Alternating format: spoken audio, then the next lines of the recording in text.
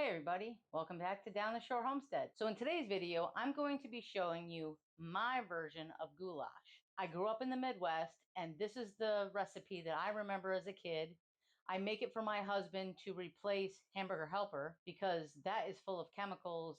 And to me, I just don't like the taste. So I wouldn't consider this a Hamburger Helper. I wouldn't consider this a traditional goulash, because it does not have Worcestershire sauce in it. I hope that's how you say that, by the way. And it doesn't have beef broth in it as well.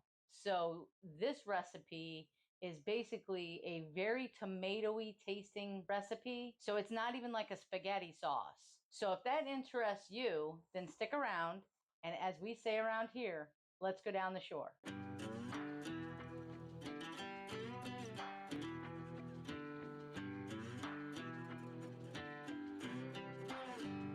So in order to make my version of goulash, you're going to need a pound of ground beef, 1 yellow onion. I have a half an onion that I cut up for another recipe the other day. I'm just going to use this.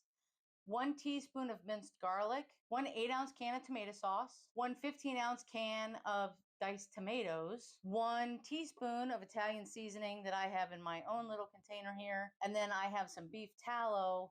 I'm going to take a teaspoon of this and I'm going to put it into my Dutch oven.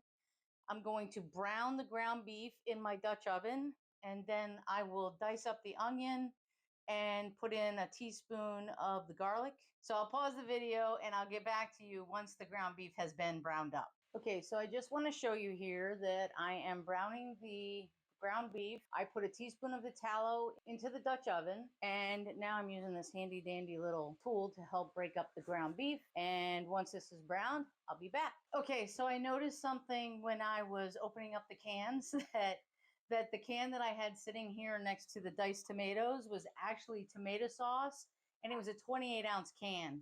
So you need 8 ounces of tomato sauce and 15 ounces of diced tomatoes. So I took the tomato sauce, put it in the freezer, and this is my 8 ounces of tomato sauce. So for right now, I have to add in the onions that I cut up, and then I'm going to add in my 1 teaspoon of minced garlic.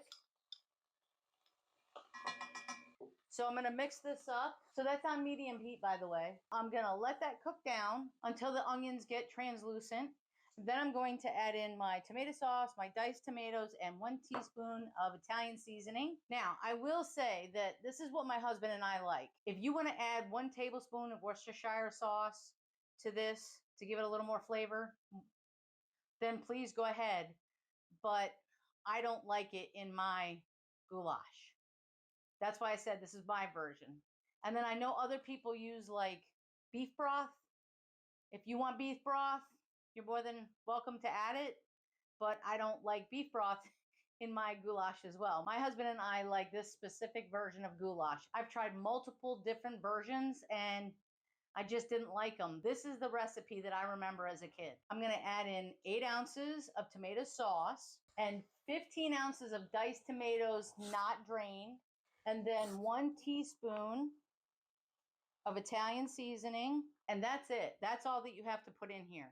Now, I will say, if you have beef that rendered down and it had a lot of grease at the bottom of the pan, I would definitely strain it before you add the other ingredients. You don't want it to taste greasy. Because my beef is so lean, I didn't need to drain it because there really wasn't any grease in there. Now, what we're going to do is let this cook for 10 minutes, and then what we're going to do is add uncooked noodles, because then it's going to sit there and cook for another 20 minutes. So let me bring you over so that you can see what the pan looks like right now. So this is what it looks like now that we've added all the ingredients. And we're going to let this cook for 10 minutes. So while this cooks for a couple minutes, let me just explain that if you want to store this for long-term storage, you can freeze this once it cools down, and you can put it in an airtight container in the freezer for up to 6 months. Now, I will say that you should not add the noodles if you're going to be freezing it, because they get kind of funny after they've been frozen. My husband doesn't like it when I defrost it with the noodles in it and then send it to him to work. And then he microwaves it when he gets to work to warm it up. And he said the consistency is gross. So what I do now is I'll make up a batch and just like this, and after the 10 minutes I'll let it cool down and I'll separate it into 4 containers, and that'll be 4 lunches for him for work. So basically I make a different dish every day of the week, so he'll have this once a week for a month. So what I do with the separated out containers is I put saran wrap over the containers and then I seal them. I label them with what it is and the date, and I put them in the freezer, and then once a week I'll pull out one of his meals, put it in the fridge the night before, and then the next day when he goes to work, I'll pull it out of the fridge and he'll microwave it at work, and it tastes like I just cooked it. So if you want to freeze this with the noodles in it, you could, and I would suggest freezing it. Once it's cool, freeze it in an airtight container and then take it out and let it defrost in the fridge, and then put it in a Dutch oven like this and warm it, but don't overcook it because the noodle, I'm telling you, the noodles are going to get funny. So even then, I would leave the noodles out of the recipe if you're going to freeze it. If you're going to cook this tonight and eat it the next day, then put the noodles in it and then just warm it up on the stovetop or in the microwave the next day. It tastes perfectly fine that way. So after this cooks for 10 minutes on a simmer, I'm going to add in the 8 ounces of elbow macaroni, and we're going to cook it on simmer for 20 minutes, and then it'll be done. Now, your stove might be different, so I would definitely check the noodles to see if they're done, probably in 15 minutes. Just because you don't want noodles overdone. They get all mushy and they fall apart. And you don't want it al dente, but you want them done, but not overdone. So I hope that helps. So I'll see you back here in 10 minutes and then I'll add the noodles. Okay, so it's been 10 minutes. I'm gonna add in 8 ounces of egg noodles. Now I'm gonna add in about a half a cup of water. Let me bring you over and show you why. The noodles have to be covered, and you see how they're not. If I blend this all together, the noodles have to be covered in order for them to cook. So I'm just going to add some more liquid to this just to make sure that these noodles cook in 20 minutes. So I'll be right back. Okay, so as you can see, there's definitely more liquid in there now. I actually ended up adding 1 full cup of water. And this would be the time to add salt and pepper as well to your tasting. So just give it a taste, see if it needs more Italian seasoning, and I would let it cook for 20 minutes on low simmer. And I'll see you back here in 20 minutes and we'll show you what it looks like. Okay, so it's been 20 minutes and I'm going to show you what it looks like. So this is what it looks like after 20 minutes of cooking. And you can see that the 1 cup of water that I added is gone. And it doesn't look very greasy because, like I said, my beef was very lean. And if you look at that, doesn't that look delicious? Oh my gosh. So I'm going to put you back over there for a second. Okay, so you saw what it looked like in the pan. Let me bring it over there. Let me bring you over here so you can look at it better. But this is what it looks like. I add a little Parmesan cheese on top of mine. You don't have to. We get this from a local Italian market and it's amazing. And I think it just adds a little bit of a bite to it, which is, to me, I love. So I'm going to mix that in for a second here, and then I'm going to give it a taste. I got tomato in there, a little bit of onion, some of the noodles.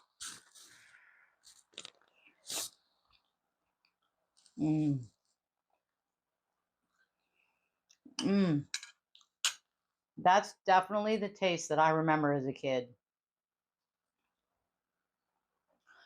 I've nailed this recipe for the way that I remember it. And hopefully you've tried this and you think it's just as amazing as I think. My husband does. He loves this recipe. We have tried other recipes for goulash and we just didn't like them. So definitely give this recipe a try. Like I said, it's my version. You're not going to find this version anywhere else. I will link my recipe below. And if you can get Parmesan cheese from a real Italian grocery store, I suggest you pick it up there because this is much better than what you get in the store. I usually use our frozen diced tomatoes and tomato sauce from our garden, but I forgot to pull it out of the freezer. And I could have used it even though it was frozen in the dish, but I figured most of you at home are gonna have canned products. So that's why I did it this way. But in the future, if you can, you should try and use fresh diced tomatoes, fresh tomato sauce which is it's just pureed tomatoes, basically. It doesn't have any seasonings in it. So when I say tomato sauce, I just mean plain pureed tomatoes, no seasoning, because you put seasoning in the dish, so you don't need any seasonings in the tomato sauce. It'll make it too spicy. So hopefully you enjoyed this video. If you are new here, thanks for checking us out, and hopefully you'll subscribe and hit the notification bell for future videos like this, because I just got my Halloween costume in the mail, and I think I'm going to do a Halloween video making apple cider whoopie pies. So that should be interesting. I've never done it before. Might be an epic fail, might be a success. You'll have to stick around and find out. So Rocco has been driving me crazy, going in and out while I tried to record this video. He definitely wants to go outside and play some wall ball. So if you want to see Rocco in the videos, don't forget to put some hearts in the comments below. And please don't forget to like and share this video out so that other people have a chance to check it out as well. Because like I say, I'm the only one that makes it this way. So let me show you how pathetic Rocco looks while he's waiting for me to finish these videos. Hey, bud. Do you want to go outside and play ball now? Want to go play wall ball? Yeah, go play some wall ball. Say thanks for coming around, everybody. We'll see you next time.